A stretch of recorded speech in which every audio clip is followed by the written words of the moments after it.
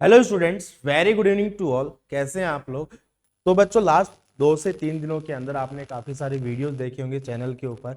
SPS sir, MB sir, विकेटी sir and Prashant Jain sir के, जो आप लोगों को ब्रीज कोर्स के बारे में उन्होंने ब्रीफ किया था। ठीक है बच्चों, तो उसी कड़ी में मैं आप लोगों के सामने आज सेशन लेके आया, जिसमें मैं आपको कंप्लीट डिटेल बताने वाला हूँ ब्रीज कोर्स की एंड इसकी क्या रिक्वायरमेंट है और ये किन बच्चों को करना चाहिए। ठीक है, तो सबसे पहले क्लास 10 से 11 जो भी बच्चे जा रहे हैं, जिनका एग्जाम हो चुका है, उन बच्चों को इस कोर्स को जरूर ज्वाइन करना चाहिए। कोचिंग ज्वाइन करने से पहले डेफिनेटली आप लोगों को हेल्प करेगा आगे की जर्नी के अंदर। ठीक है, सेकंड थिंग, ये जो कोर्स है ये 18 ऑफ मार्च से स्टार्ट हो रहा है, 25 ऑफ मार्च तक आप लोगों का चलेगा।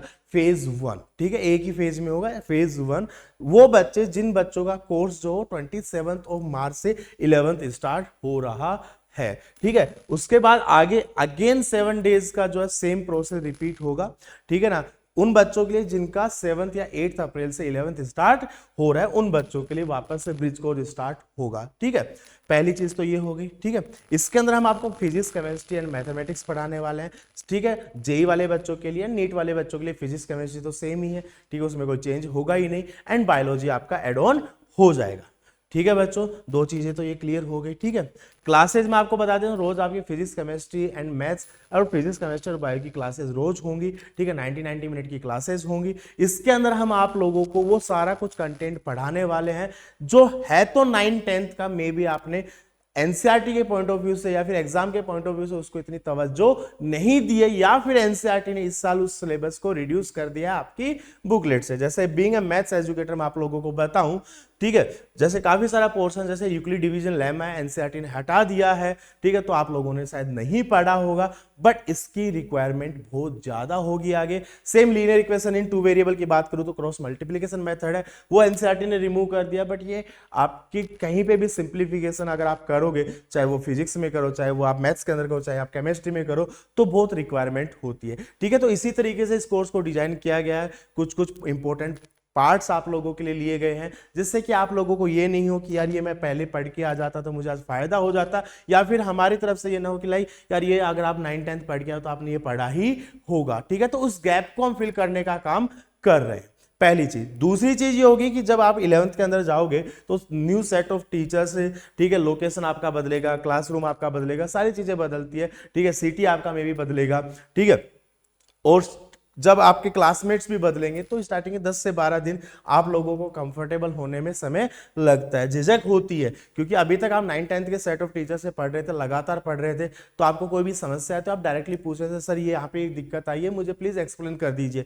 हो सकता है कि जब 11th में आप जाते हैं शुरुआत के अंदर, तो आपको थोड़ी झिझक होती है कि आपको नहीं पता कि लाइक कि सर से पूछूंगा तो सर डांट सकते हैं, वॉट एवर जो भी रीजन हो सकता है, झिझक अंदर होती है, मन में डर होता है, या फिर क्लास में साथ वाले मेरे बारे में क्या सोचेंगे, क्या ये तो नहीं सोच लेंगे यार ये तो बेसिक सी चीज है, क्यों पूछ रहा है भाई तू।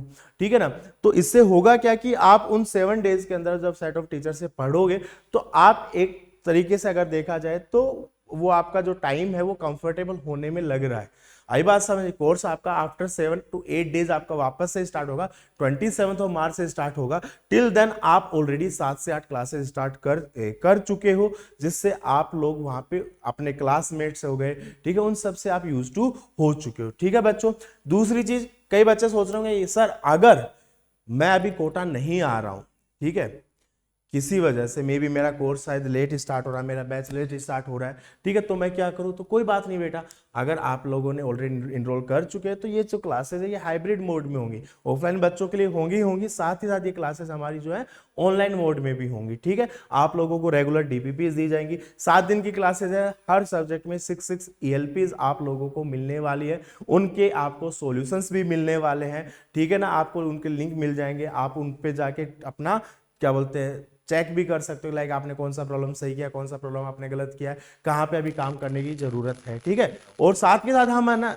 कई बच्चों का ये होता है कि क्या हम ये 6 दिन के अंदर वो वाला पूरा पोर्शन कवर कर पाएंगे?